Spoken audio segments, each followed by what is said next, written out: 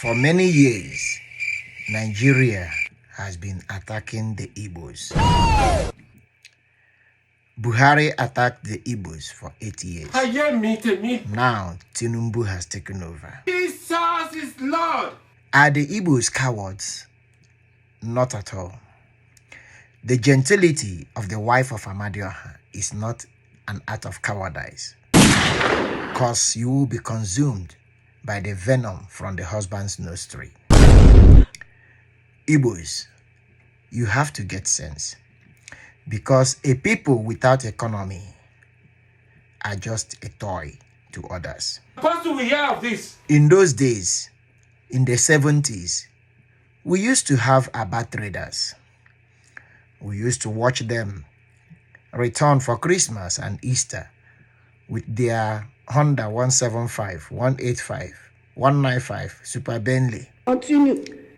They were traders in Aba. Aba used to be the hub, business hub of Nigeria. Then it moved to Onitsha in the 80s. Continue. Before they moved to Lagos. Ndi Igbo, return home. We have vast of land, although we have stupid governors who don't see anything good in developing their areas. But yet, as a people, we can develop our areas without these idiot governors. It is time for us to think home.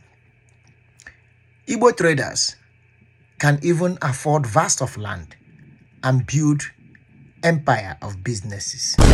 We can build even that Alaba market in Igbo land. Don't worry about how much they will tax us when we are bringing our goods, because we will tax it back on them. Do Igbos need Nigeria? I know. No. It's Nigeria that need the Igbos.